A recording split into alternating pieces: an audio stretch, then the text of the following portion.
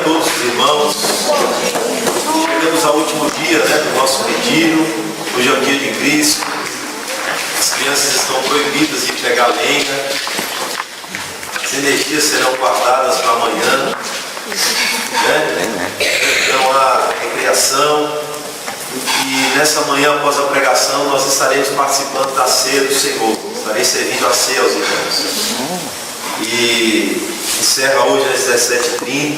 Vamos ouvir mais uma vez o pastor Dória pregando. À noite quem estará pregando é o pastor Coelho. Também estará ministrando a ceia, estarei servindo, ele estará ministrando. Vamos orar nessa manhã. Antes de orar, eu quero pedir aos irmãos que abram a palavra de Deus em João, capítulo 17, Evangelho de João. Diz assim, irmãos, a palavra de Deus. Tendo Jesus falado estas coisas, levantou os olhos ao céu e disse: Pai, é chegada a hora, glorifica a teu Filho, para que o Filho te glorifique a ti. Assim como lhe conferistes autoridade sobre toda a carne, a fim de que ele conceda a vida eterna a todos os que lhe deste. E a vida eterna é esta: que te conheçam a ti, o único Deus verdadeiro, e a Jesus Cristo, a quem enviaste. Eu te glorifiquei da terra, consumando a obra que me confiastes para fazer. E agora glorifica-me, ó Pai, contigo mesmo, com a glória que eu tive junto de ti, antes que houvesse mundo. Manifestei o teu nome aos homens que me destes do mundo. Eram teus, tu os confiaste, e eles têm guardado a tua palavra. Agora eles reconhecem que todas as coisas que me tens dado provêm de ti, porque eu lhes tenho transmitido as palavras que me deste, e eles a receberam, e verdadeiramente conheceram que saí de ti, e creram que tu me enviaste. É por eles que eu rogo, não rogo pelo mundo, mas por aqueles que me deste, porque são Deus. Ora, todas as coisas são tuas, e as tuas coisas são minhas, e neles eu sou glorificado. Já não estou no mundo, mas eles continuam no mundo, ao passo que eu vou para junto de ti. Pai Santo, guarda-os em teu nome, que me deste, para que eles sejam um, assim como nós. Quando eu estava com eles, guardava-os no teu nome, que me deste, e protegi-os, e nenhum deles perdeu, exceto o filho da perdição, para que se cumprisse a Escritura. Mas agora vou para junto de ti. E isso falo no mundo, para que eles tenham o meu gozo completo em si mesmos. Eu lhes tenho dado a tua palavra, e o mundo os odiou, porque eles não são do mundo, como também eu não sou. Não peço que os tire do mundo, e sim que os guardes do mal.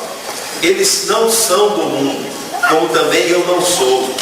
Santifica-os na verdade, a tua palavra é a verdade. Assim como tu me enviastes ao mundo, também eu os enviei ao mundo. E a favor deles eu me santifico a mim mesmo, para que eles também sejam santificados na verdade. Não rogo somente por estes, mas também por aqueles que vierem a crer em mim, por intermédio da sua palavra, a fim de que todos sejam um, e como és tu, ó Pai, em mim e eu em ti, também sejam eles em nós, para que o mundo creia que tu me enviaste. Eu lhes tenho transmitido a glória que me tens dado, para que sejam um como nós o somos. Eu neles e tu em mim, a fim de que sejam aperfeiçoados na unidade, para que o mundo conheça que tu me enviaste e os amaste, como também amastes a mim. Pai, a minha vontade é que onde eu estou, estejam também comigo os que me deste, para que vejam a minha glória que me conferiste, porque me amastes antes da fundação do mundo. Pai justo, o mundo não te conheceu, Eu, porém, te conheci, e também estes compreenderam que tu me enviaste. Eu lhes fiz conhecer o teu nome, e ainda o farei conhecer, a fim de que o amor com que me amaste esteja neles, e eu neles esteja. Amém. Está sendo. Irmão André, leva a Deus a palavra.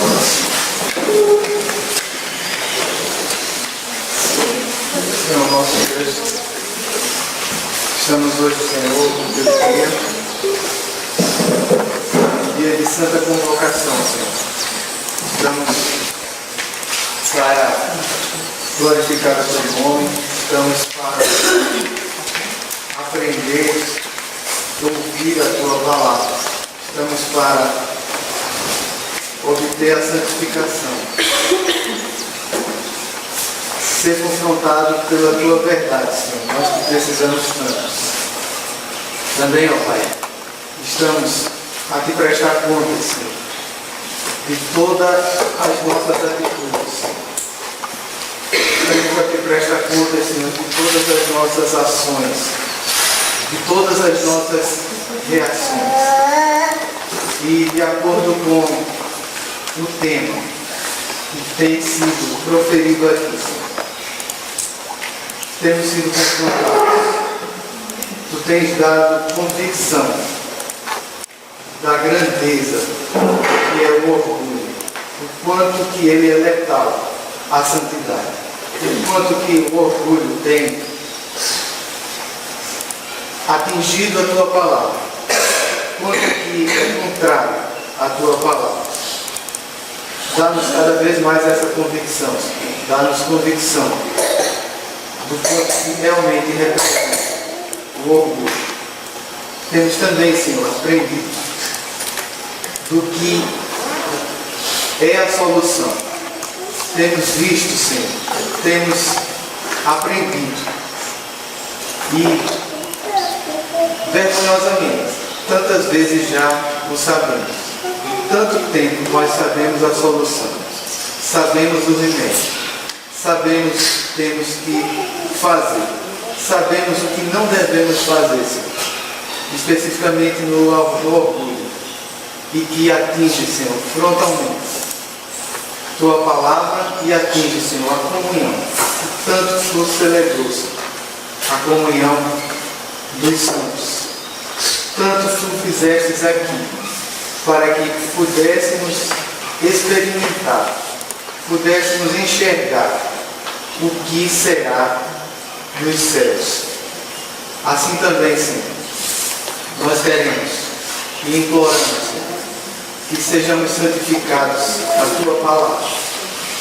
Na verdade, em Cristo, precisamos imitar e com dignidade e representar o teu nome com dignidade em todos os nossos atos, combatendo sempre todos os males que interferem na comunhão da igreja. O quanto que é importante para a nossa vida, em primeiro lugar, na igreja, e se expande para todos os outros setores nos quais nós estamos envolvidos, Senhor. Ajuda-nos, Senhor, mais uma vez. Completa, Senhor, aquilo que tu já começaste no pregador, na preparação do que há de ser pregado. Completa, Senhor, conforme a tua vontade soberana, e que possamos praticar urgentemente, nos fazer diante de ti, Senhor, e estarmos aptos, com as mãos limpas diante de ti, e que Cristo seja glorificado. Assim, Senhor, em nome de Cristo, nosso Senhor e Salvador, que nós oramos. Amém. Irmãos, vamos de pé, Salmo 117. Melodia conhecida. Ao Senhor eu louvor, todos os salmos adorar, dai louvores aos gentios, porque muito grande é seu favor, sua misericórdia em nós. O Senhor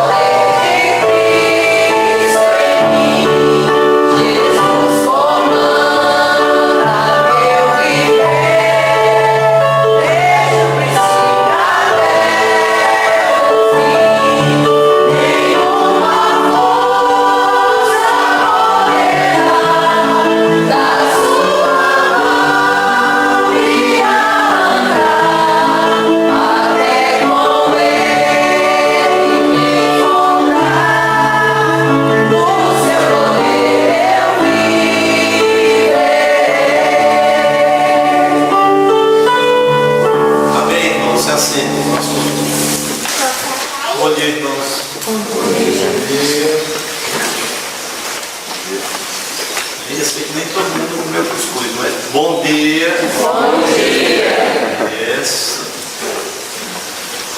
Vamos juntos ler esse texto aí, 1 Coríntios 5, 7, parte B. Vamos. Pois também em Cristo, nosso Cordeiro Pascal, foi imolado. Vamos orar. Senhor, Senhor nosso, quão grande, Senhor, é o Teu nome em toda a terra. Amém. Tua majestade é tremenda, Tua grandeza infinita, Senhor. Os Teus mistérios impenetráveis, insondáveis. Tu estás assentado sobre um trono de glória, cheio de majestade. Apesar de toda a tua grandeza, tu te dignas abaixar esta terra, tomar a forma humana, e se relacionar conosco na mais exata expressão do seu ser, na pessoa do teu Filho amado.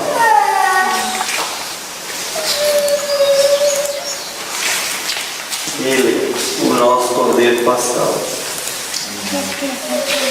Nosso coração, Senhor, cada vez que cantamos como agora, cada vez que lemos a Tua Palavra, e que ouvimos ou que vemos a obra do Teu Filho em nosso favor, o nosso coração se enche de gratidão. Ainda mais num dia como o de hoje. Foi nesse dia que Teu Filho ressuscitou. E a ressurreição dele é a razão da nossa justificação. Assim, Senhor, gratos, nós nos prostramos ante o Teu trono de graça e clamamos por graça e por misericórdia. Auxilia-nos, Senhor, nesse instante, abrindo o nosso entendimento para compreender aquilo que já está revelado, aquele mistério, Senhor, que esteve oculto, que se revelou. Precisamos entendê-lo com clareza. Abre os nossos olhos para ver a beleza que há em Cristo Jesus.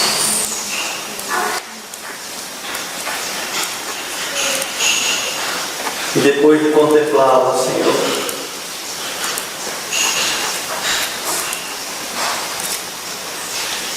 não temos outra reação senão prostrar-se aos Teus pés, humilhados,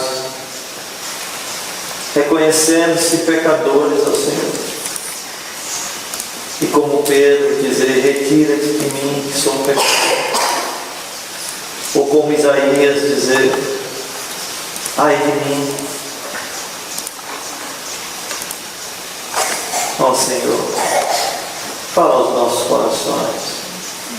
Quebranta-nos agora, Senhor. Renova todo o nosso ser, todas as nossas forças físicas, espirituais. Faz desse instante um momento singular, ó Senhor, em que estamos nos preparando, ó Senhor, para celebrar a Santa Ceia. Que a Tua Palavra, Senhor, nos conduza à reflexão, ao exame introspectivo, e que Teu Espírito nos mostre com claridade, com clareza, o mal que há em nosso coração, onde temos errado, Senhor, mas também que esse mesmo Espírito nos capacite ao arrependimento, nos capacite a uma prática nova, uma prática consoante, Senhor, com a fé que provém de Ti, com o arrependimento que provém de Ti. Concede-nos, Senhor, que essa palavra venha ferir os nossos corações, nos humilhar, nos envergonhar ante o quadro do Cristo crucificado, mas também, Senhor, concede-nos que essa mesma palavra, diante desse mesmo quadro, infunda em nós a esperança de saber que nem tudo está perdido, que hoje pode ser dia de recomeço, porque é isso exatamente que a ceia nos promete, é essa promessa, essa esperança de libertação. Então, naquilo, Senhor, que estávamos andando escravizados, que pelo poder agora do Teu Espírito, exposto na Tua palavra, sejamos libertos, livres para Te servir sem nenhum impedimento e para servir aos nossos irmãos em completa comunhão. Em nome de Jesus, essa é a nossa oração. Amém. Irmãos, estamos na semana chamada Semana Santa, em que se celebra a Páscoa. E eu quero falar sobre isso. Cristo, nossa Páscoa. Por incrível que pareça, se perguntarmos em algumas igrejas o que é que significa Páscoa, é certo que os irmãos vão dizer que ela não significa coelhinho, vão dizer que ela não significa ovo de Páscoa, mas às vezes também não sabe dizer o que de fato ela significa.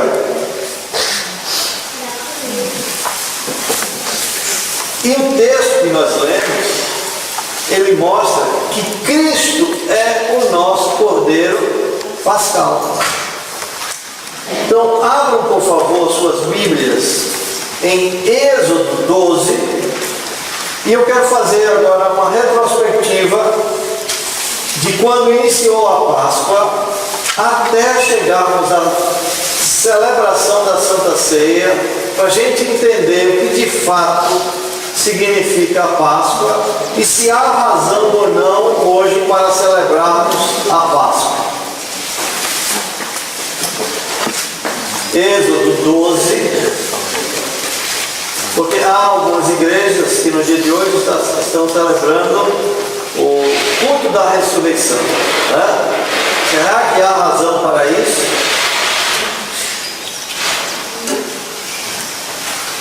Êxodo 12, encontraram? Deixe aí marcado, por favor. Volte aí para Gênesis 15. Gênesis 15. Vamos ler os versículos 13 e 14 de Gênesis 15. Depois a gente volta para Êxodo. Esses versículos de Gênesis 15, 13, versículos 13 e 14, eles acontecem após a aliança que Deus fez com Abraão. Então Deus fez uma aliança com Abraão, e veja o que é que Deus diz a Abraão logo após essa aliança. Diz assim, versículo 13 de Gênesis 15: Então lhe foi dito, sabe com certeza, não tem dúvida, viu?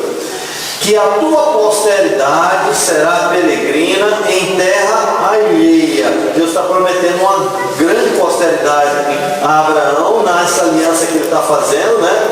De dar um descendente a Abraão. Mas Deus agora vai dar um aviso a ele: olha, quero que você saiba, Abraão, e saiba com toda certeza que a tua posteridade será peregrina em terra alheia e será reduzida à escravidão e será afligida por 400 anos. Mas também eu julgarei a gente a quem tem de sujeitar-se, e depois sairão com grandes riquezas. Muito bem. Depois que os descendentes de Abraão, de Isaac e Jacó passaram 400 anos de amarga servidão no Egito, Deus decidiu libertá-los da escravidão. E para isso suscitou Moisés e o designou como líder do Êxodo. Eu acho que a menor das crianças aqui sabe essa história. Está lá no capítulo 3 e 4 de Êxodo, quando Deus designou Moisés como o líder. Em obediência a Deus, Moisés compareceu perante Faraó e lhe transmitiu a ordem divina. E a ordem divina era: deixa ir o meu povo, deixa ir o meu povo.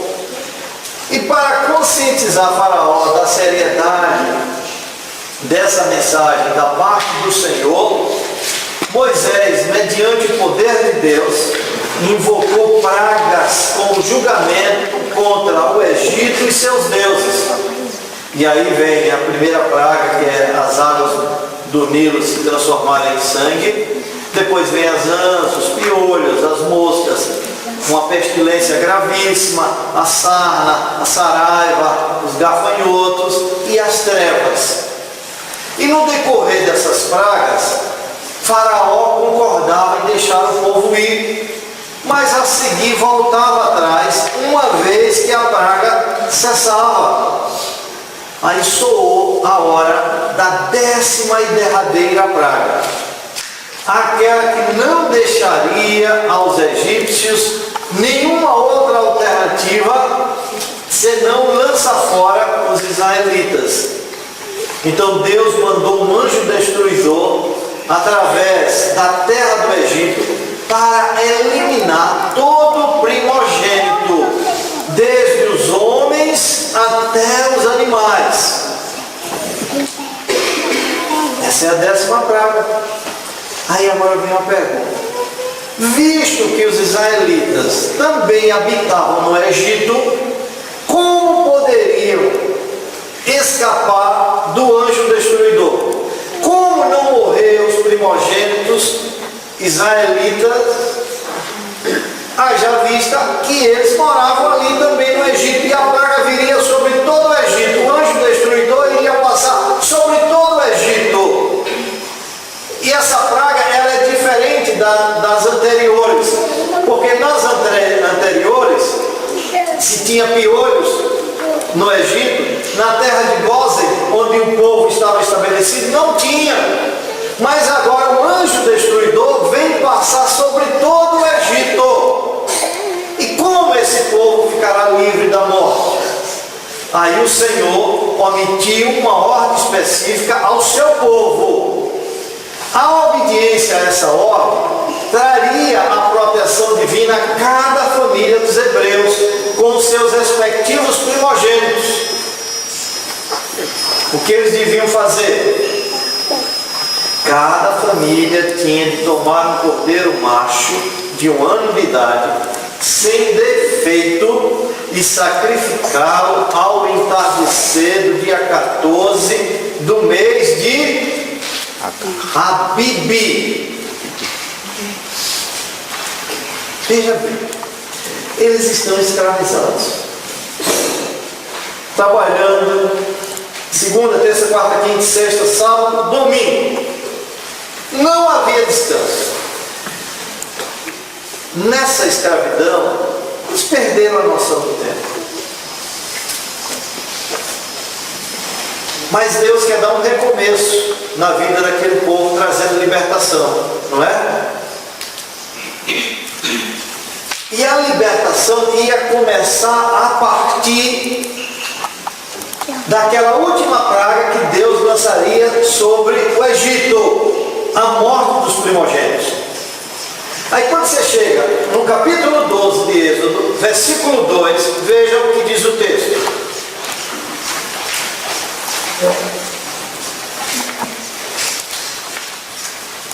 Este mês, diz assim, vos será o principal dos meses. Olha que maravilha.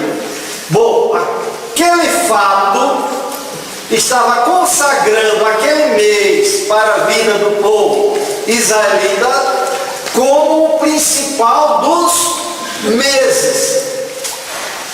E será o primeiro mês do ano. Então, esse mês de Abib, aqui para nós, ocorria entre os meses de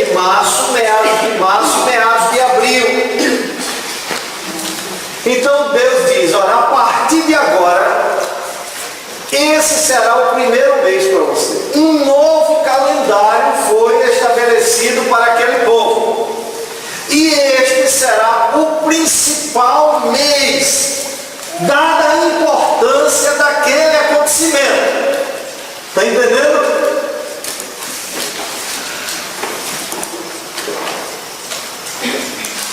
Como eles tinham que molar o cordeiro, famílias menores podiam repartir um único cordeiro entre si. Está aí do versículo 1 ao versículo 6. Não vou ler para a gente ganhar tempo.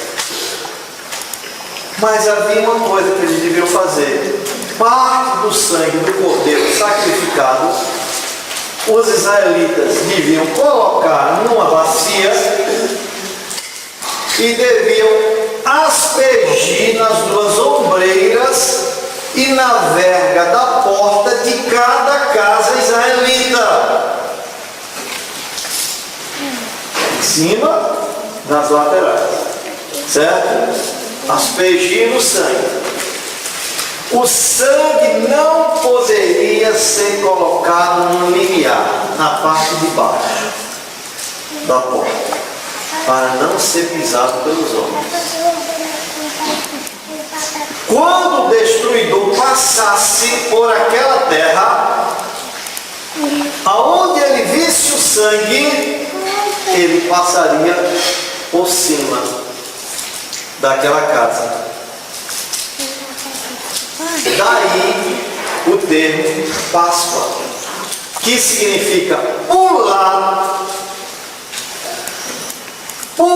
além da marca. É isso que significa o termo Páscoa. Pular além da marca. Passar por cima. Poupar.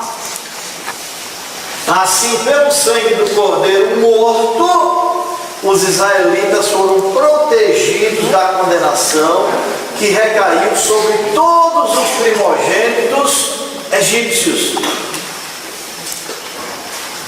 Aí vejam uma coisa, e aí eu faço uma pergunta: será que Deus ordenou o sinal do sangue porque ele não tivesse outra forma para distinguir entre os israelitas e os egípcios? Não.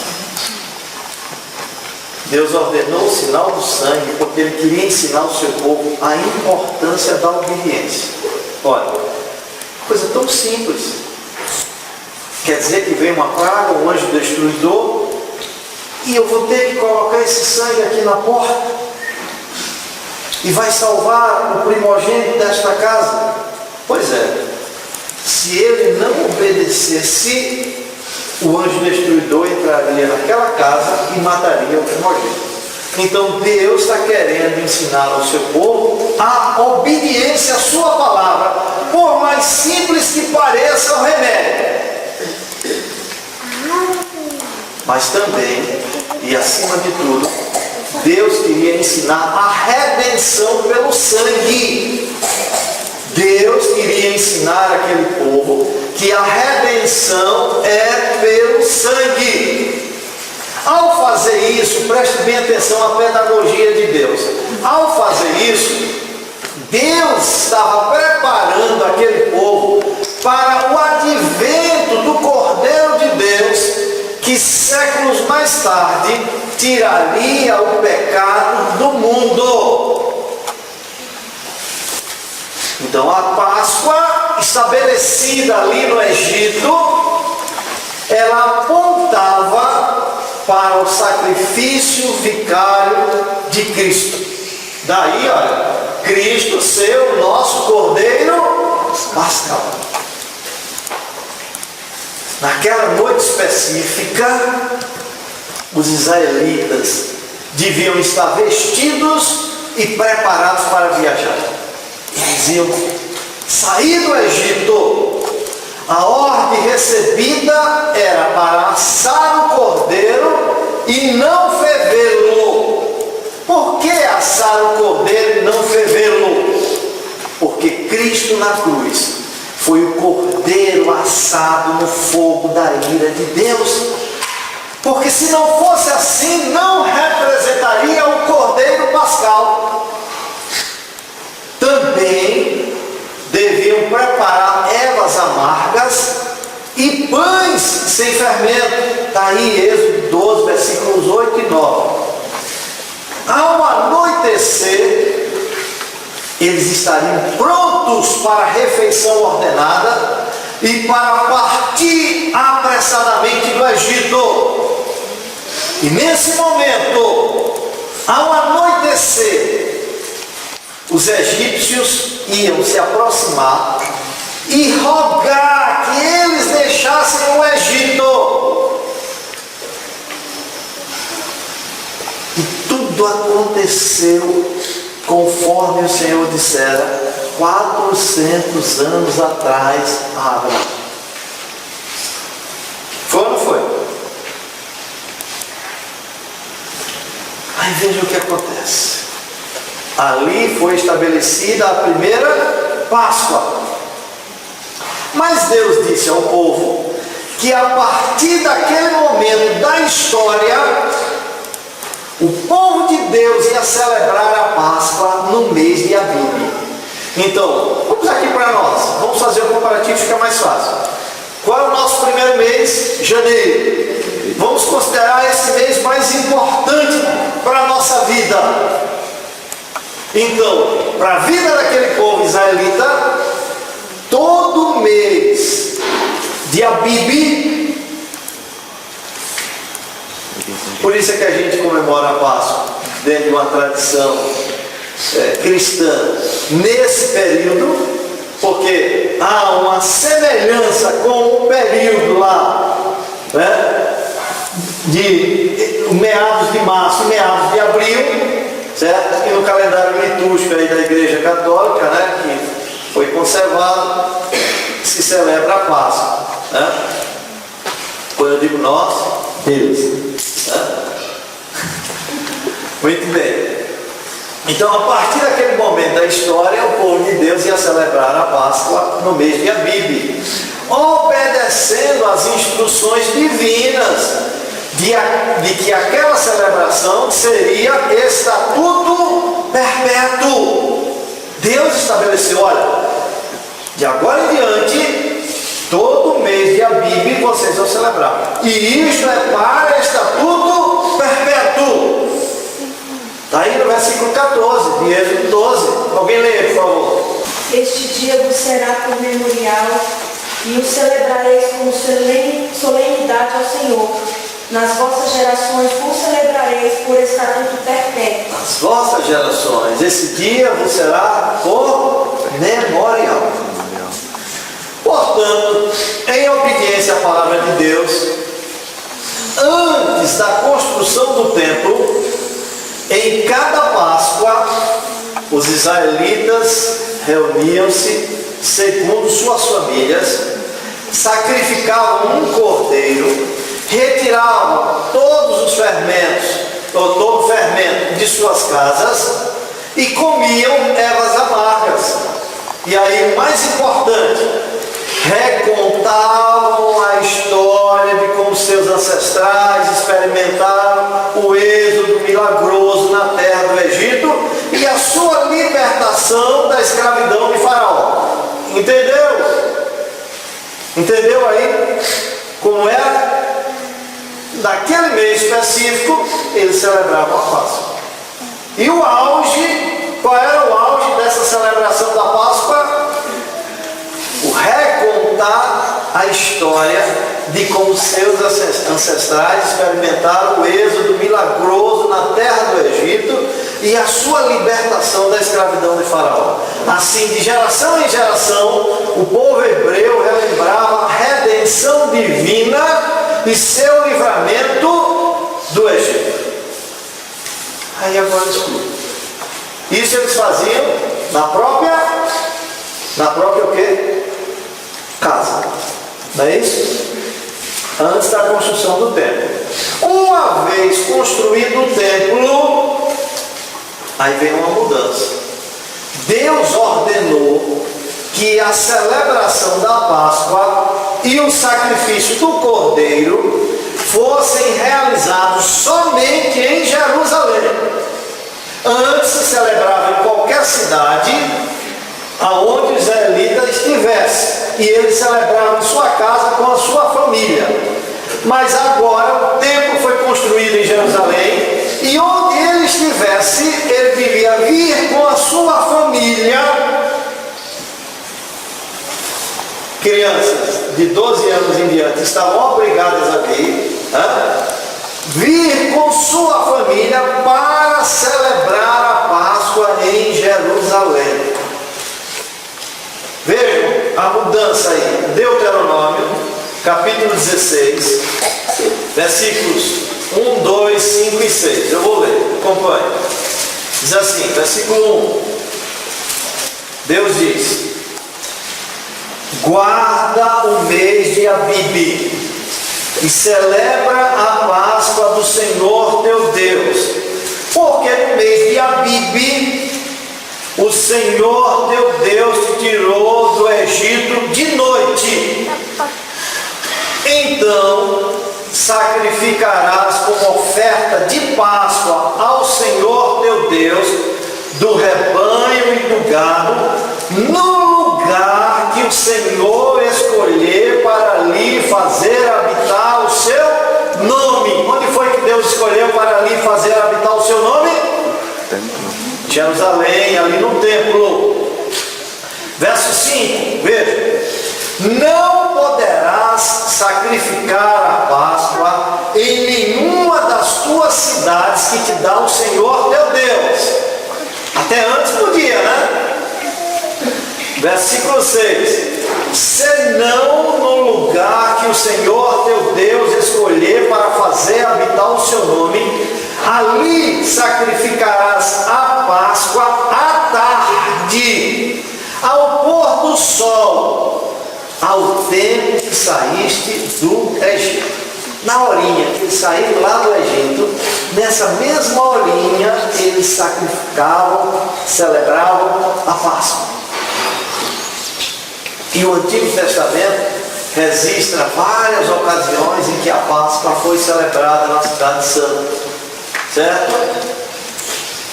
Bom, isso é todo o Velho Testamento. Depois de construído o templo, a Páscoa só era celebrada onde?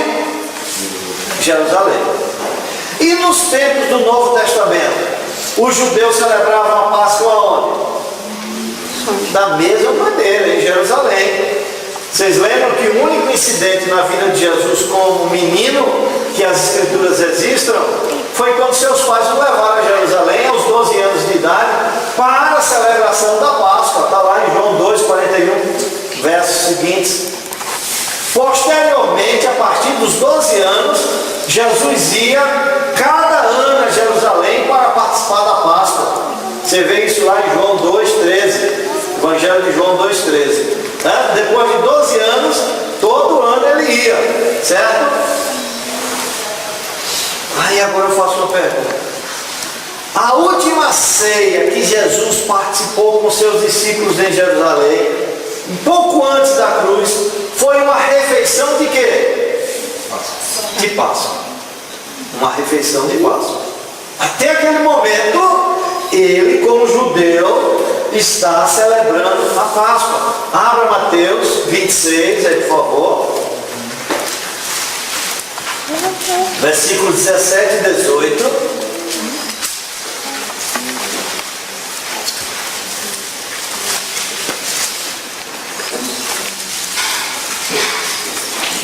Diz assim, versículo 17: no dia primeiro da festa dos pães asmos é pães sem fermento. Essa era uma festa que findou-se fundindo com a festa da Páscoa, de tanta similaridade existente entre elas, certo? Então acabou se fundindo. E daí alguns escritores se referiam à Páscoa como festa dos pães asmos e vice-versa, né? Então, no primeiro dia da festa dos pães asmos, vieram os discípulos a Jesus e lhe perguntaram: onde queres que te façamos os preparativos para comeres a Páscoa? Versículo 18: e ele lhes respondeu: ide à cidade, ter com certo homem e dizei-lhe: o mestre manda dizer, o meu tempo está próximo. Em tua casa celebrarei a Páscoa com os meus discípulos. Agora tem uma frase aqui que nos chama a atenção. O meu tempo está próximo. Em várias ocasiões anteriores, os discípulos o tinham ouvido dizer: o meu tempo ainda não chegou, não é? Várias vezes Jesus não disse: o meu tempo ainda não chegou.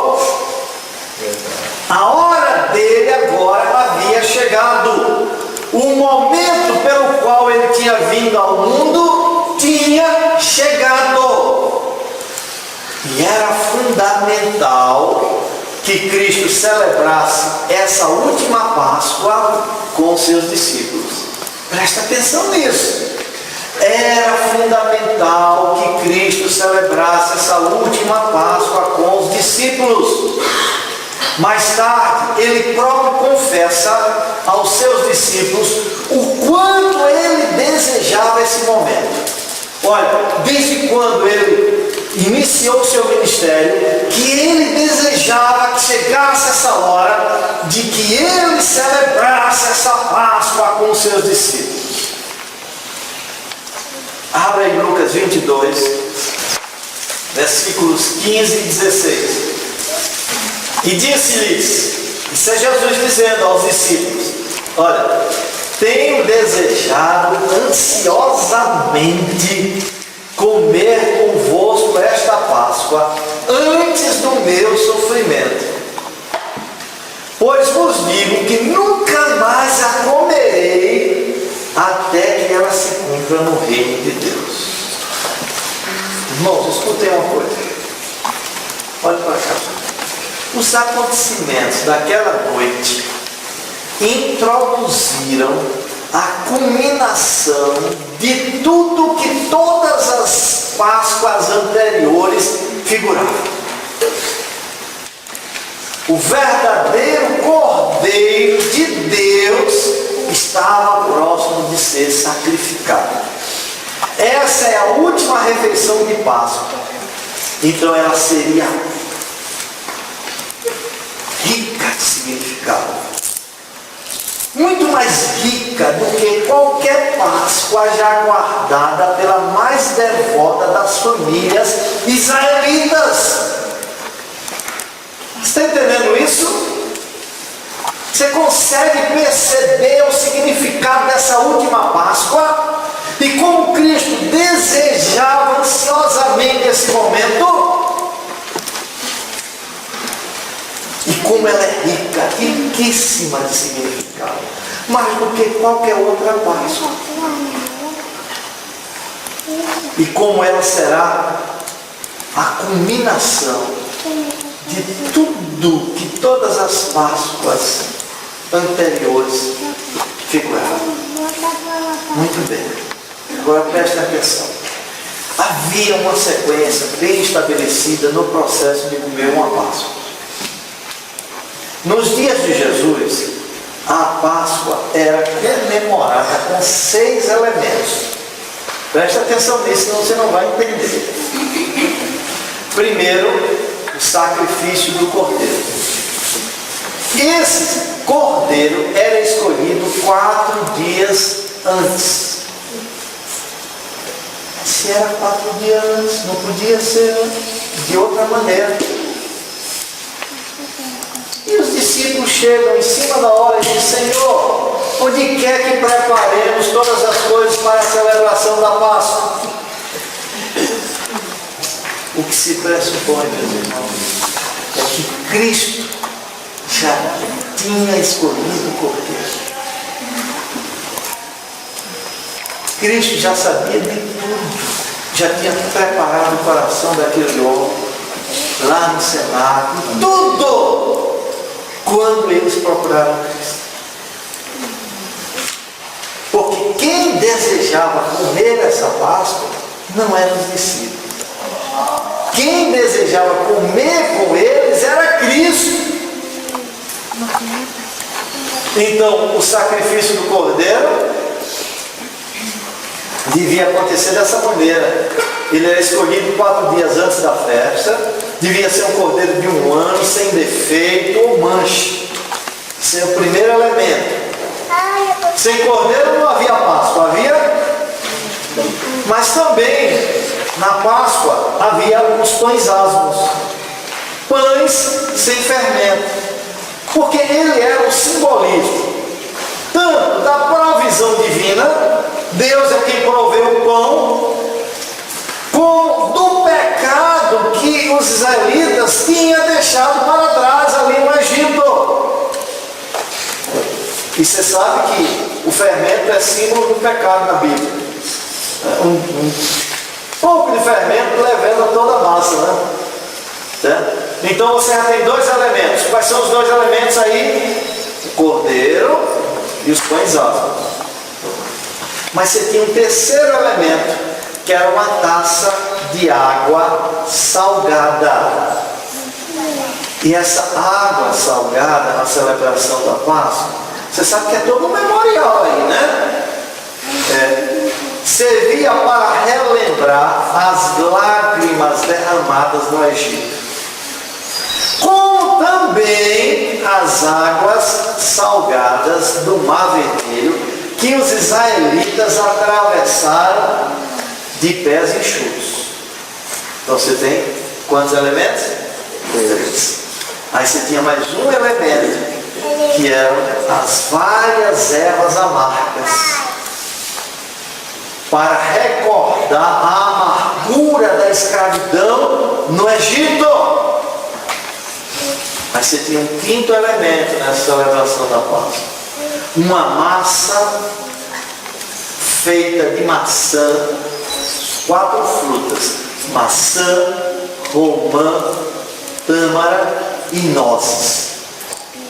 Fazia aquela massa, onde eles molhavam o pão, molhavam a carne naquela massa, para recordar o barro que usavam no Egito para fazer tijolos.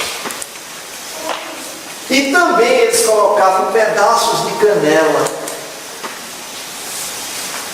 numa sopa, para lembrar a palha que eles usavam para secar e queimar os tijolos. Então, você tem 5 elementos aí. Falta o 6º, que é o principal. Por fim, a celebração da Páscoa lá, eles tinham 4 cálices de vinho. 4 cálices de vinho. Para recordar as 4 promessas registradas em Êxodo, capítulo 6, versículos 6 e 7, parte A. Vamos ler, para vocês verem essas 4 promessas. Versículo 17, 24 só a parte B, eu quero mostrar. Versículo 17, e tomando o quê? Um cálice, não é um cálice, um cálice. Um de quanto? Um de 4. E tomando um cálice, havendo dado graças, disse: recebei e reparti entre vós. É aquele cálice comum, cada um ia tomando um gole. Receba e vá dando para os demais. Aí o que acontece nessa hora desse cálice? Versículo 24, parte B. Suscitaram também entre si uma discussão sobre qual deles parecia ser o maior. Dá para ter uma ideia de um negócio desse? Nesse momento crucial, tão importante, na última celebração, eles estão discutindo entre si quem é o maior. Qual é a reação de Jesus nessa hora? Vamos lá para João 13, versículos 4 e 5. Diz: levantou-se da ceia, Jesus se levantou ali da ceia, tirou a vestimenta de cima e, tomando uma toalha, cingiu-se com ela. Desceu a roupa aqui e cingiu aqui com a toalha. Ele não tirou toda a roupa, só a parte de cima. Depois deitou água na bacia e passou a lavar os pés aos discípulos e a enxugá-los com a toalha com que estava cingido. Muito bem. Veja só. O contexto daquela época para a gente entender. Quando alguém fazia uma festa em casa, que ali é uma festa que ele está fazendo, não está fazendo uma festa de discípulos, não está fazendo uma celebração. Quando alguém fazia uma festa em casa, se ele era uma pessoa que tinha condições, ele tinha escravos. Então, ele colocava um escravo na porta da casa com a bacia e com a toalha. E todos os convidados que chegavam, eles andavam de sandálias, com aquelas penas de couro, aquelas duas empoeiradas ali da Palestina, aqueles pés pretos, sujos. Né? Então, todos os convidados que chegavam, o escravo estava ali, limpava os seus pés, lavava, enxugava com a toalha, e eles se sentavam ou em esteiras ou no chão, mas o chão era forrado com tapetes ou esteiras, né? E com divãs bem baixinhos, aonde eles se recostavam, né? E colocavam os pés para trás, dada a impureza dos pés. Para o oriental, os pés eram impuros, era uma ofensa à dignidade. Por isso você vê aí em algumas cenas lá no Oriente, que quando eles querem ofender alguém, eles tiram o sapato e jogam naquela pessoa, dada a indignidade dos pés, da sujeira que os pés absorvem. Se você olhar a história da mulher que foi lá para a casa do fariseu Simão, você vai ver que ela estava atrás dos pés de Jesus, porque eles comiam com as pernas assim para trás. Bom, sentado ali, mas acontecia um detalhe: se a pessoa fosse dar a festa e não tivesse escravos, a tradição dizia que o primeiro convidado que chegasse devia assumir essa condição servil. Pegar ali aquela baciazinha, pegar aquela toalha e... O que acha? Jesus, eu acho que chegou por último nessa festa. Porque se o primeiro não assumisse, o segundo que chegasse teria que assumir. E assim ia. Né? Mas eles estão discutindo quem é o maior. Assumir uma condição dessa seria denominar-se o menor. Jamais iria assumir essa condição tão serviçal. Quando Jesus chega lá, está lá, todos eles sentados, recostados em divãs, e aqueles pés pretos, sujos, e os corações orgulhosos, cheios de orgulho. Tá bom, Cristo fica calado, não diz nada, entende todas as coisas ali, e precisa dar uma lição àqueles discípulos. Começa a distribuir o cálice, começa a celebrar a ceia. Quando passa a ceia, não, a Páscoa, quando passa o primeiro cálice, eles já estão discutindo quem é o maior. É nesse instante que Cristo se levanta da ceia, pega a toalha, pega a bacia e começa a lavar os pés dos discípulos. Esse era um serviço humilde. Nenhum deles se levantasse para lavar os pés dos seus companheiros, porque isso seria, podiam pensar, confessar o menor dentre eles.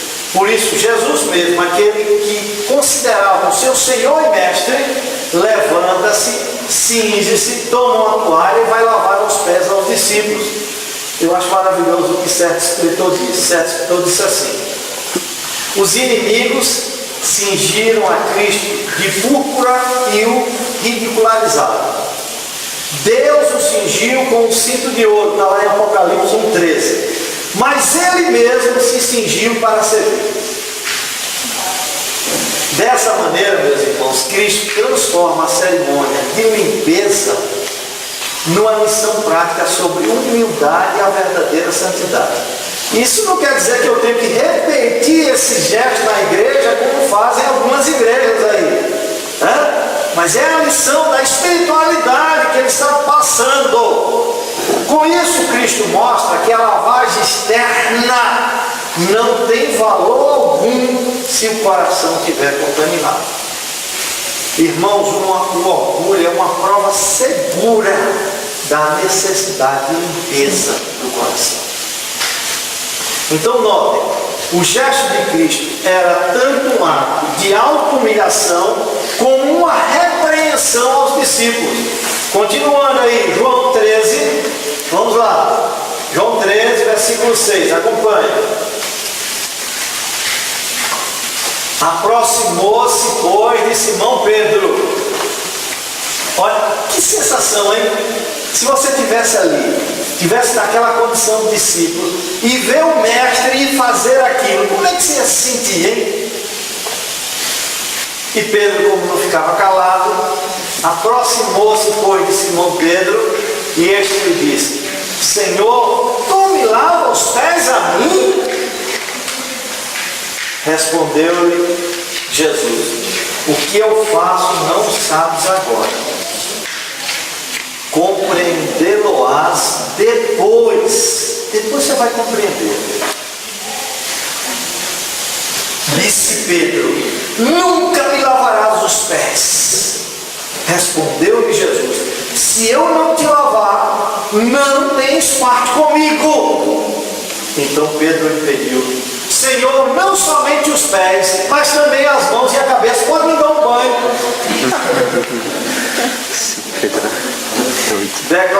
Declarou-lhe Jesus: quem já se banhou, você está limpo, Pedro, pelo Espírito Santo. Não necessita de lavar senão os pés. Você precisa apenas trabalhar o seu orgulho, Pedro.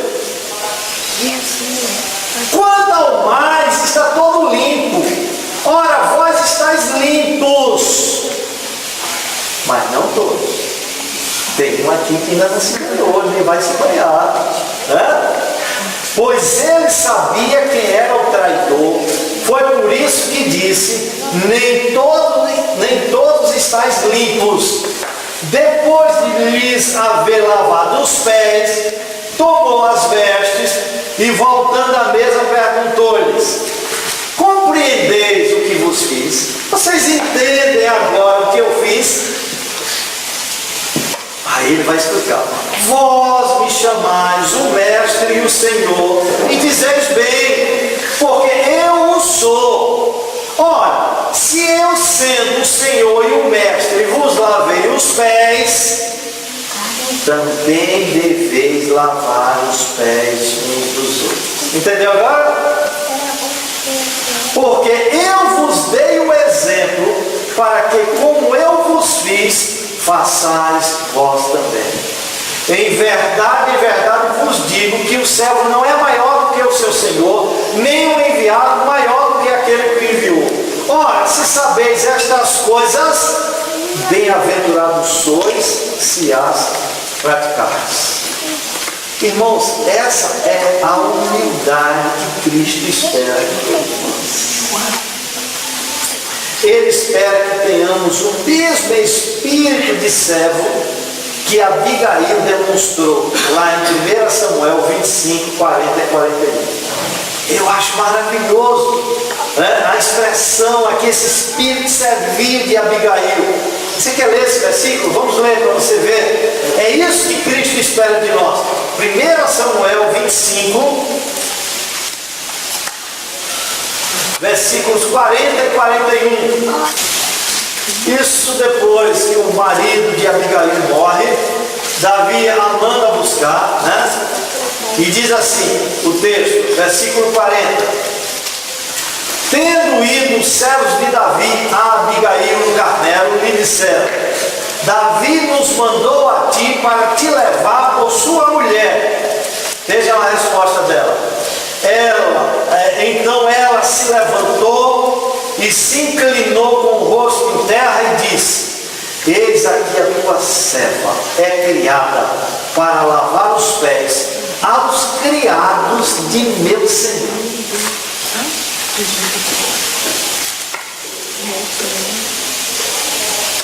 Porque se dissesse assim,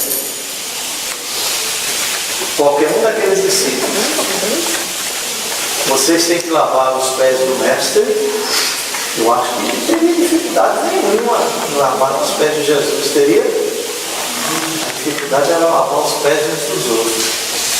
E a Abigail aqui expressa essa verdade.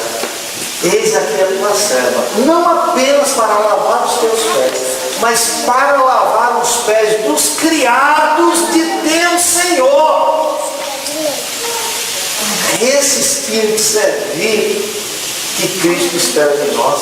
E é isso que Ele está nos ensinando nesse instante. Muito bem. Quantos casos passou aí? Hein? Só um. Eu falei no plural e confundi vocês. Então, para ver se vocês estão atentos. Só um. Em seguida, aí agora Cristo voltou para a mesa, deu aquela lição ali aos discípulos. Aí é passado o segundo cálice. Esse segundo cálice era seguido das ervas amargas e da massa feita de maçã, romã, tâmara e nozes. Era nesse momento do segundo cálice que o cabeça da casa, nesse caso aqui é Jesus, explicava o significado da Páscoa. Aí Cristo foi contar toda a história lá da libertação do Egito.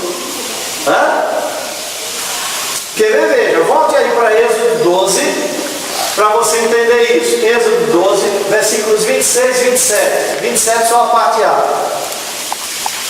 Quando Deus estabeleceu a Páscoa, veja o propósito de difundir essa mensagem. 12, 26, diz assim: quando vossos filhos vos perguntarem, que rito é este? Então, quando eles vissem aquela massa, aquele cordeiro, aquela sopa com a canela em cima, aqueles cálices, tudo mais, e aquela criança perguntasse, que rito é esse? O que é isso?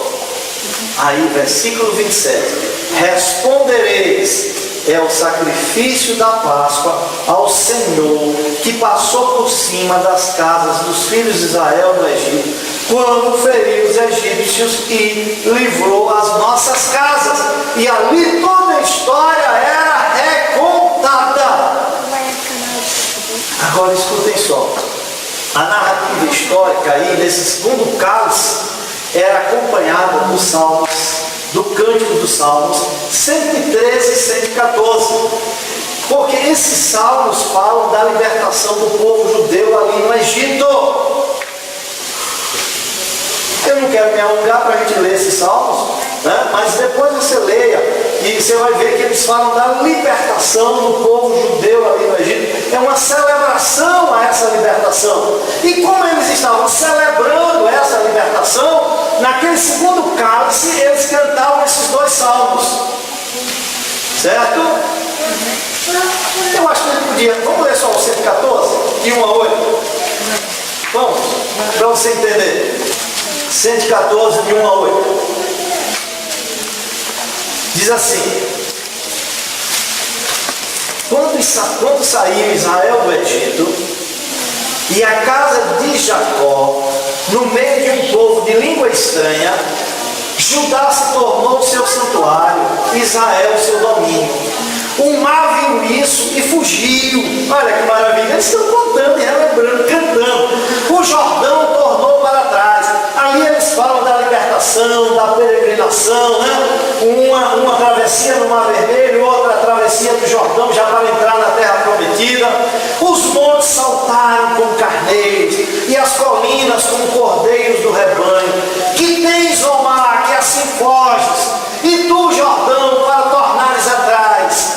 Montes, porque saltais como carneiros, e vós, colinas, como cordeiros do rebanho. Estremece, ó terra, na presença do Senhor, na presença do Deus de Jacó, o qual converteu a rocha em lençol de água e o seixo em manancial. Após aquele cântico, servido o cordeiro assado. Ia ser maravilhoso com aquela massa. O chefe da casa, nesse momento, lava as mãos, pega o pão sem fermento, que é aquele pão fininho, ele quebra o pão, distribuindo entre os participantes, para ser comido com o cordeiro. Foi provavelmente em algum ponto do início dessa refeição que Cristo omite uma nota sinistra. Preste atenção. Mateus 26, 21. Ó, vamos mentalizando esse momento. Está mentalizando, Samuel, aí? Né? Nesse momento ali, que já está o cordeiro, o pão sendo distribuído, Cristo ali omite uma nota sinistra. Versículo 26. Às vezes há detalhes que, se a gente não souber da história, a gente não sabe associar, né? Mas agora vai ficando claro. Versículo 26, 21. Capítulo 26, 21 de Mateus. Diz assim: e enquanto comiam o quê? O cordeiro, né? Declarou Jesus: em verdade vos digo que um dentre vós me trairá. Olha, naquele momento Jesus vai impactar todos eles com essa notícia. Jesus sabia que era o traidor, tinha até lavado os pés dele, né?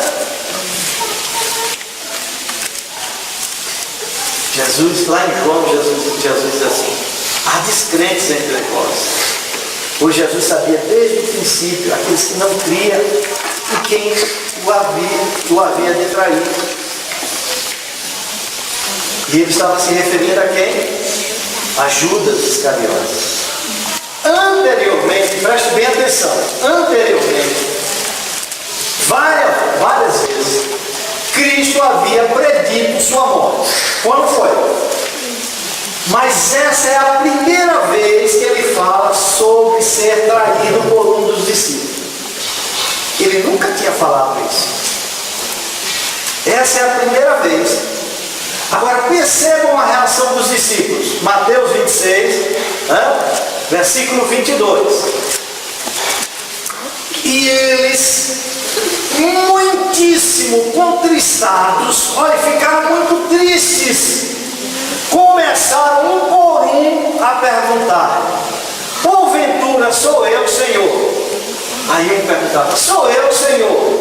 Sou eu, Senhor? Sou eu, Senhor? Vejam a resposta de Cristo, versículos 23 e 24. E ele respondeu: o que mete comigo a mão no prato, esse me trairá. Não disse nada, que estavam todos comendo com ele, né? O Filho do Homem vai como está escrito ao seu respeito. Isso é parte do plano soberano de Deus. Mas ai daquele por intermédio de quem o Filho do Homem está sendo traído. Ele está dizendo essas palavras ali: melhor lhe fora não haver nascido. Isso é responsabilidade humana. Melhor lhe fora não haver nascido. Aí, mantendo o disfarce, vejam o que Judas diz nessa hora. 25. Então Judas, que o traía, que já o traía, que já estava em comum acordo lá com o Sinédrio, né? Perguntou: acaso sou eu, mestre? Olha, por acaso sou eu, mestre? Em outras palavras, assim: não sou eu, não é, mestre? Respondeu-lhe Jesus: tu disseste. Tu disseste. Agora escutem só. Isso foi dito em voz baixa a Judas. Tu disseste. Nenhum dos discípulos ouviu o comentário de Cristo. Inclusive João, que estava recostado próximo a Jesus. Se João estivesse desse lado, eu creio que Judas estaria bem próximo aqui desse outro lado.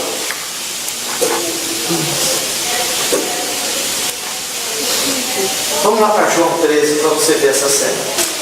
João 13, de 23 a 28.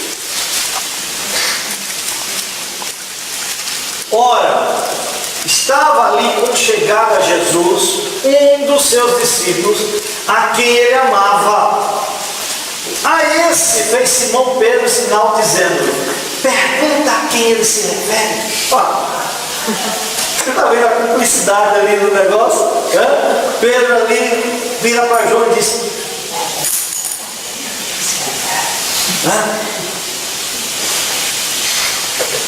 então aquele discípulo, reclinando-se sobre o peito de Jesus, perguntou-lhe: Senhor, quem é? Ele se deitou no peito de Jesus, não foi? Não. Tem essa cena piegas, né? Quando diz que ele se recostou no peito, lembre-se que eles estão sentados no chão, recostados em almofadas, e ele só fez inclinar um pouco a cabeça assim, e na direção do peito de Jesus. E ali ele perguntou: Senhor, quem é? Entendeu? Versículo 26. Respondeu Jesus: é aquele a quem eu der um pedaço de pão molhado. Que esse é um sinal de grande estima, de grande amizade, de grande consideração. Molhar o pão ali naquela massa e dar àquela pessoa. Tomou, pois, um pedaço de pão e, tendo-o molhado, deu a Judas, filho de Simão Iscariotes. E após o bocado, imediatamente entrou nele Satanás. Então disse Jesus: o que pretendes fazer, faze-o depressa. Nenhum, porém, dos que estavam à mesa percebeu a que fim lhe dissera isso. Agora eu quero que vocês notem uma coisa. O que mais Jesus deseja naquele momento é que Judas, possuído por Satanás, saia do aposento, para que ele possa terminar a refeição pascual com os discípulos. A pressa não é de Judas, é de Jesus. Sai daí, Satanás, que tem que fazer, faz-o depressa, vai embora, porque eu quero terminar a refeição pascual com os meus discípulos. Eu não quero Satanás no meio desta refeição. Assim Judas fez. Foi encontrar-se com o Sinédrio, que estava reunido, e o Sinédrio já havia decidido que só mataria Cristo depois da Páscoa, para não criar tumulto e revolta. Vejam Mateus 26, 3 e 5. Disse como Deus trabalha, né? Mateus 26, 3 e 5. Então, os principais sacerdotes e os anciãos do povo se reuniram no palácio do sumo sacerdote chamado Caifás e deliberaram prender Jesus à traição e matá-lo. Mas diziam: não durante a festa da Páscoa, para que não haja tumulto, porque naquela festa não ia menos do que 2 milhões de judeus ali para Jerusalém. Uma cidade de 150 mil habitantes, no máximo 200 mil, naquele período recebia de 2 milhões a 3 milhões de pessoas ali, porque judeu de todo lugar do mundo ia para aquela festa. Essa era a principal festa. Havia 3 festas: a Páscoa, os tabernáculos e o Pentecostes, que os judeus era obrigatório ir 3 vezes ao ano. Mas se ele não pudesse ir, 2 festas ainda seriam dispensáveis, mas a da Páscoa de maneira nenhuma, ele tinha que ir. Então o fluxo de gente era muito grande naquela festa, certo? Então eles deliberaram fazer o quê? Pegar Cristo, a traição, matá-lo, mas não durante o quê?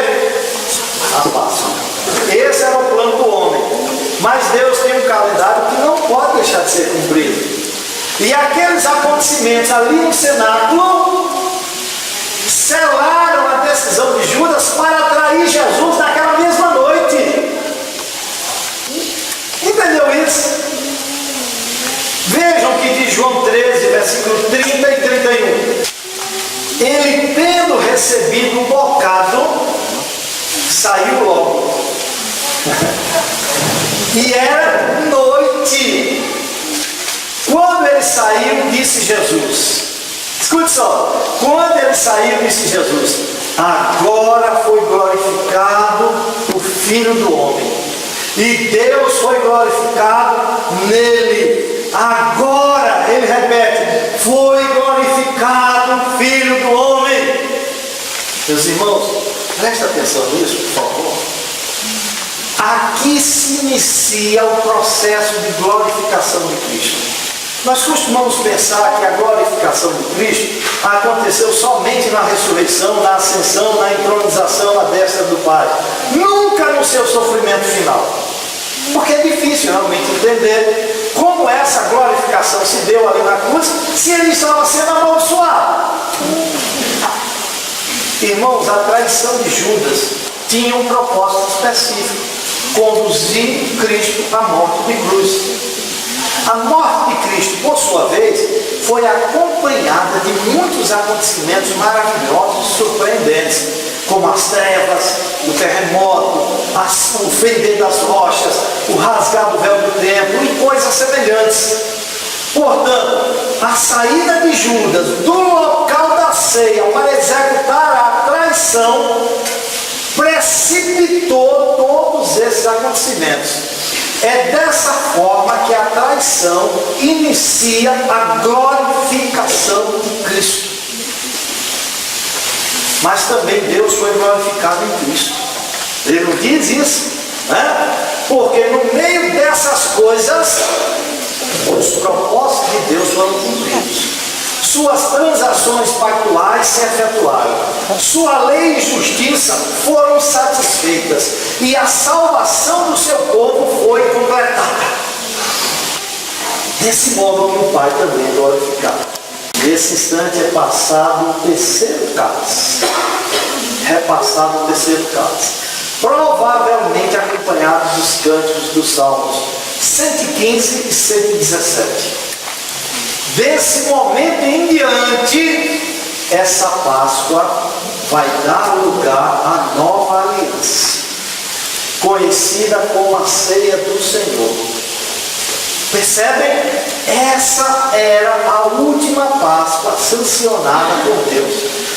A antiga aliança, junto com todos os elementos cerimoniais que pertenceram a ela, estava próxima do seu término, com a introdução de uma nova aliança gloriosa que nunca se extinguirá. É nesse sentido que a Páscoa é perpétua, porque ela foi substituída pela ceia, e essa nova aliança que será celebrada ali na ceia, ela nunca se extinguirá. Páscoa, sombra futura da redenção que Cristo efetuaria pelo seu sangue, teria um fim por todos os tempos. Então seria a maior incoerência hoje celebrar a Páscoa. Você pode até aproveitar esse período da Páscoa, entrar nele e implodi-lo com a mensagem de Cristo verdadeira, como o verdadeiro Pascal, o Cordeiro Pascal. Mas jamais celebrar a Páscoa. Algo novo e maior está surgindo. Vamos lá para Mateus 26. Se enquanto eles comiam, surgiu aquela nota sinistra e todos os acontecimentos ali com Judas, também enquanto comiam, agora vai acontecer algo maravilhoso. Mateus 26, 26 a 28. Enquanto comiam o que aqui? Cordeiro. Tomou Jesus um pão e, abençoando, o partiu e deu aos seus discípulos, dizendo: tomai e comei, isto é meu corpo. A seguir tomou um cálice. E tendo dado graças, o deu aos discípulos, dizendo: bebei dele todos, porque isto é o meu sangue, o sangue da nova aliança, derramado em favor de muitos para a remissão do pecado. Essas palavras lembram o que Cristo disse lá em João, capítulo 6, versos 53 a 56. Nesse texto de João 6, 53 a 56, 4 vezes Cristo repetiu muito enfaticamente a necessidade de um pecador ter de beber o seu sangue para ter a vida eterna. Respondeu-lhe Jesus, diz assim o texto: em verdade vos digo, se não comerdes a carne do Filho do Homem, não beberdes o seu sangue, não tem vida em vós mesmos. Quem comer a minha carne e beber o meu sangue tem a vida eterna, e eu ressuscitarei no último dia, pois a minha carne é verdadeira comida e o meu sangue é verdadeira bebida. Quem comer a minha carne e beber o meu sangue permanece em mim e eu nele. Meus irmãos, escute só, na hora que Cristo passa aquele cálice e diz: esse é o cálice da nova aliança, esse é o meu sangue, bebam o meu sangue derramado em favor de muitos.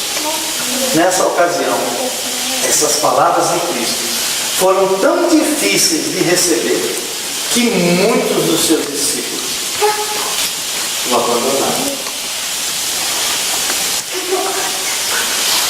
Quando ele disse essas palavras de João 6, 53 a 56.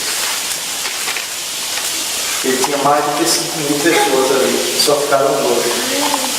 Quando ele disse essas palavras de João, falando em beber o seu sangue. Agora lá, junto com os discípulos, não seria diferente. E ainda é mais duro, porque o versículo 27 diz: a seguir tomou um cálice, tendo dado graças, o deu aos discípulos, dizendo: bebei dele todos, porque isto é o meu sangue. E tendo dado graças, deu aos discípulos, dizendo: bebei dele todos, porque isto é o meu sangue, o sangue da nova aliança, derramado em favor de muitos para a remissão do pecado. As palavras de Cristo causaram um impacto muito grande naqueles discípulos. Muito mais do que quando afirmou que o pão era seu corpo. Irmãos, não havia na mente judaica nenhuma prática mais repulsiva e repugnante que a ingestão de sangue de qualquer tipo. A lei cerimonial do Velho Testamento proibia estritamente comer e beber qualquer tipo de sangue. Está lá em Levítico 17:14, pena de morte para quem fazia isso. O fato de Cristo dizer: este é o sangue da nova aliança, isso é significativo, porque o derramamento de sangue era aspecto vital de confirmação de qualquer aliança. Portanto, quando Cristo diz: isto é o meu sangue, sangue da nova aliança, derramado em favor de muitos para a remissão de pecados, ele estava estabelecendo na mente dos discípulos o significado teológico de sua morte. Ele queria que eles entendessem que quando o vissem sangrando e morrendo nas mãos dos soldados romanos, ele queria que eles entendessem que ele não estava sendo uma vítima infeliz de homens ímpios, mas que estava soberanamente cumprindo seu papel como cordeiro pascal, que tira o pecado do mundo. Então ele fez desse cálice uma lembrança perpétua da sua aliança para todos os crentes em todos os tempos. Assim, meus irmãos, quando a celebração da Páscoa chega ao fim, é repassado o quarto cálice. E vejam o que Jesus diz aí agora nessa hora, Mateus 26, 29 e 30. E digo-vos que desta hora em diante não beberei deste fruto da videira até aquele dia em que eu hei de beber novo convosco no reino de meu Pai. E tendo cantado um hino, o último hino, você sabe aqui qual foi esse último hino? O Salmo 118. Saíram para o Monte das Oliveiras. A gente precisa ver que o último hino foi esse que eles cantaram. Vamos ver Salmo 118, vamos ler só os versículos 21 e 24, que é um resumo. Vejam o que eles estão cantando naquele último instante da celebração da Páscoa. Dali eles saem já para onde? Para o Monte das Oliveiras, onde Cristo será preso, em seguida crucificado, julgado e crucificado.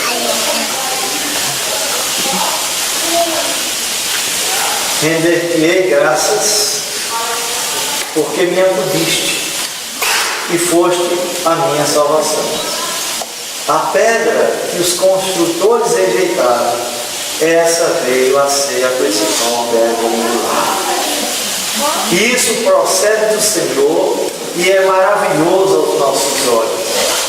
Este é o dia que o Senhor fez, regozijemos e alegremos nele. Esse salmo que estão cantando. O pai de família que puxava o canto. Com essas palavras, Cristo ensina aos seus discípulos que sua partida era iminente, mas que o seu retorno era algo seguro e que certamente eles estariam juntos com ele naquele dia glorioso. Irmãos, essas promessas também nos pertencem. É isso que significa Cristo como nosso cordeiro pascal. Ele cumpriu completamente todos os tipos e símbolos do sacrifício da Páscoa, sendo feito sacrifício por nós na sua própria pessoa, carregando ele mesmo em seu corpo sobre o madeiro os nossos pecados, para que nós mortos para os pecados, vivamos para a justiça, por suas chagas fomos sarados. Irmãos, o seu corpo foi partido, o seu sangue foi vertido para a nossa redenção. O seu sangue é o selo da nova aliança, onde Deus perdoa os nossos pecados e nos salva da ira vindoura pelos méritos de Cristo Jesus. E tudo isso está proclamado de forma dramatizada na Santa Ceia. Será que ao celebrar a Santa Ceia você consegue ver tudo isso? Eu espero que agora veja. É por isso que nós celebramos a Santa Ceia olhando para trás, para o passado. Nessa celebração nós vemos a morte de Cristo, porque todas as vezes comeres este pão e beberes o cálice, anunciais a morte do Senhor.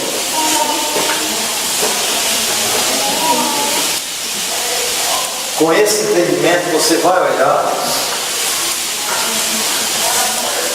para a mesa, vai se alegrar, pois aqui, nesta mesa, está o simbolismo da fundamentação da sua salvação.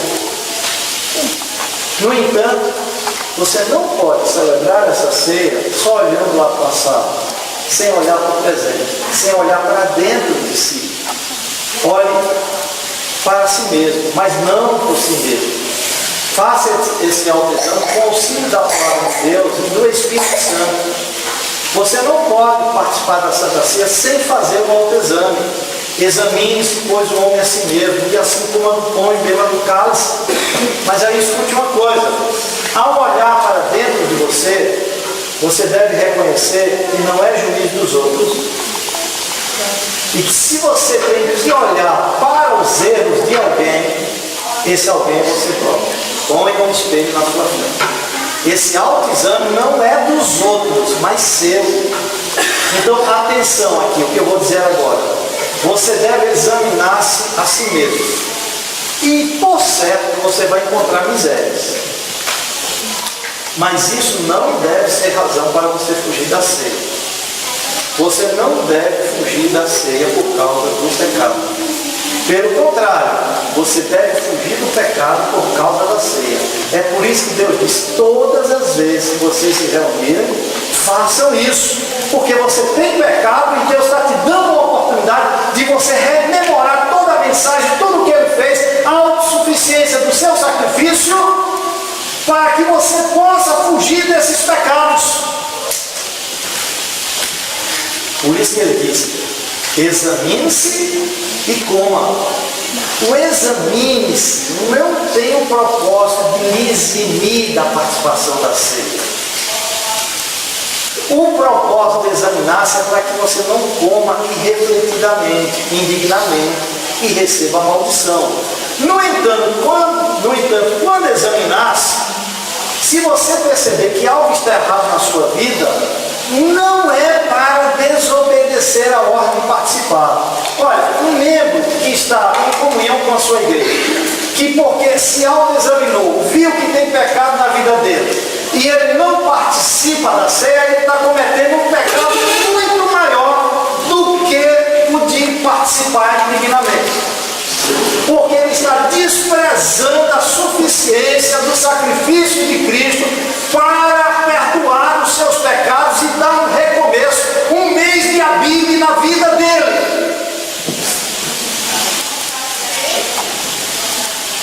Desprezar, dizer não quero. Pode dar uma aparência de espiritualidade. Eu não quero, eu não sou hipócrita. Não hipócrita. É para comer. Agora, primeiro se autoexamine, viu o erro, arrependa-se, creia nesse Cordeiro Pascal que morreu por você. O sangue dele é suficiente para perdoar os seus pecados. Será que você vai preferir sair daqui com o pecado e desprezar o banquete celestial e ainda quer sair daqui com a esperança que vai participar desse banquete lá nos céus? Muita cara de pau.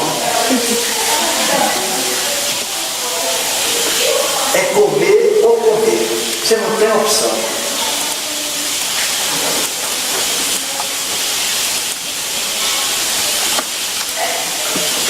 Deixar de participar é desonrar o Senhor. A ordem é examine-se. Descobrir que tem pecado, vem o arrependimento. Peça a Deus que lhe dê graça, que lhe dê arrependimento. Porque o que encobre as suas transgressões jamais prosperará, mas que as confessa e deixa alcançará misericórdia. E depois disso, venha com alegria ao banquete que o Senhor está lhe oferecendo. Coma. E diga, Senhor, obrigado, porque eu ganhei graça, ganhei força ao entender o teu sacrifício para um recomeço de vida cristã. Esse pecado que estava me escravizou durante a semana inteira, que tem me escravizado durante o mês inteiro. Eu entendi que por mim mesmo não posso vencer, mas em Ti, Senhor, na Tua graça, e eu vou depender tão somente de Ti, e vou tomar as decisões que precisam ser tomadas, aconteça o que acontecer. Mas eu quero confiar em Ti e na Tua graça. E assim eu vou comer.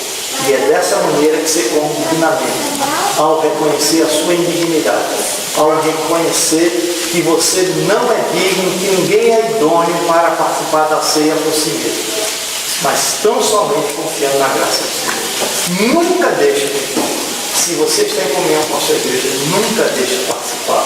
É a graça de Deus que oferecemos. A gente diz, é meio de graça, é meio de graça o sacramento, é meio de graça os elementos de culto, é meio de graça a oração, é meio de graça a exposição da palavra. E o meio de graça se manifesta dessa maneira, quando Ele te dá a oportunidade de você entender e de confiar em tudo aquilo que Ele fez. Que Deus nos abençoe. Amém.